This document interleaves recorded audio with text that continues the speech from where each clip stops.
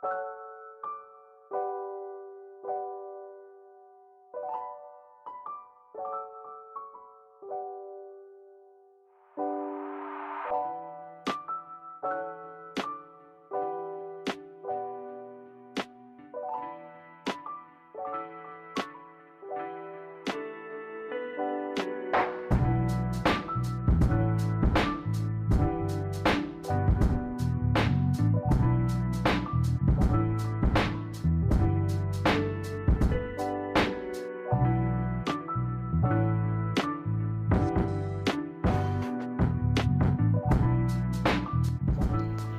to Dollys Kitchen Assamese. এইকেইদিন social মিডিয়াত খুবেই ভাইৰেল হৈ আছে ৰেপৰ ৰেচিপি।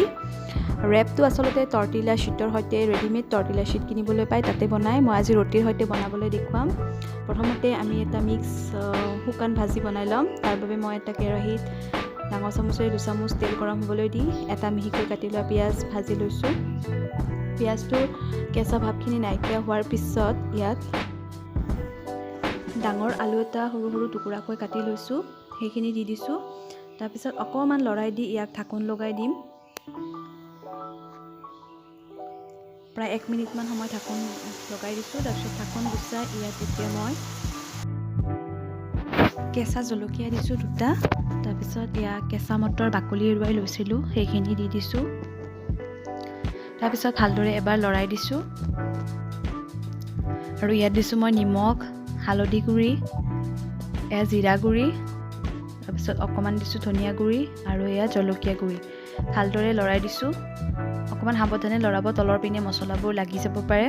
তাৰপিছত ইয়াত মই 1 কাপৰ জোখাৰে এতিয়া পানী ঢালি দিছোঁ। তেতিয়া আলুখিনি সোনকালে সিজিব।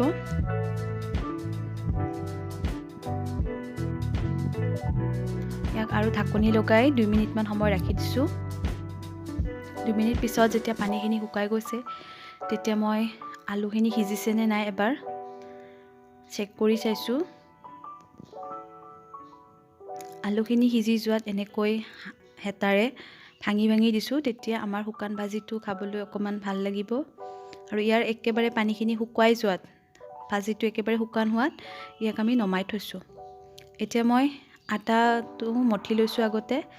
তাৰপিছত ইয়াক অকণমান ডাঙৰকৈ বেলিব লাগিব। যিহেতু ৰেপ বনাবলৈ ইয়াত 4টা ভাগ কৰিব লাগে, সেয়া ৰুটিটো অকণমান ডাঙৰকৈ, বেছি মোটা কৰিব নালাগে। তেনেকুৱা জোখত কৰি লৈ এখন টাৱা গৰম হ'বলৈ দিছোঁ। শুকানে ৰুটিটো আমি অকণমান সেকি ল'ম 2টা ছাইডৰ পৰা। ইয়াত তেল ব্যৱহাৰ নকৰোঁ। এটা ছাইড হৈ যোৱাৰ পিছত আনটো ছাইড। এয়া মই ৰুটিটো বহুত ডাঙৰকৈ বনাইছোঁ। ডাঙৰকৈ বনালে ৰেপটো খাবলৈ বেছি ভাল হয়। এই 2টা ছাইড অকণমান যেতিয়া সিজিব তেতিয়া নমাই ল'ব। তাৰপিছত ইয়াত মই বিলাহীৰ এটা চাটনি বনাই লৈছিলোঁ। এয়া ধনিয়াৰ চাটনি, এয়া মোৰ যিটো মিক্স ভাজি বনাইছিলোঁ সেয়া, আৰু এয়া লৈছোঁ চেলাড। এতিয়া মই 4টা পাৰ্টত ভাগ কৰিম।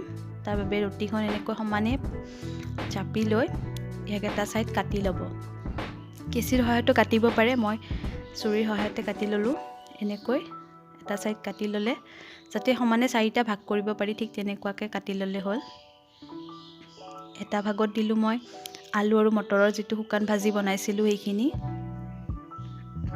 তাৰপিছত এয়া ধনিয়া চাটনি। ধনিয়া চাটনিৰ লিংক মোৰ ডেছক্ৰিপশ্যনত আছে, আপোনালোকে চাই ল'ব। আৰু এয়া বিলাহীৰ চাটনিৰ ৰেচিপিটো দিয়া আছে, আপোনালোকে চাব চেনেলত। বিলাহীৰ চাটনিৰ সলনি আপোনালোকে চচ ব্যৱহাৰ কৰিব পাৰে, অথবা চীজ থাকিলে সেয়াও ব্যৱহাৰ কৰিব পাৰে। আৰু এটা ছাইডত দিছোঁ চেলাড মই বিলাহী, গাজৰ আৰু পিঁয়াজ লৈছোঁ। এতিয়া ইয়াক আমি এফালৰ পৰা এনেকৈ 4টা ভাগত ৰেপটো কৰিম। আজিকালি এইটো খুব ভাইৰেল হৈ আছে।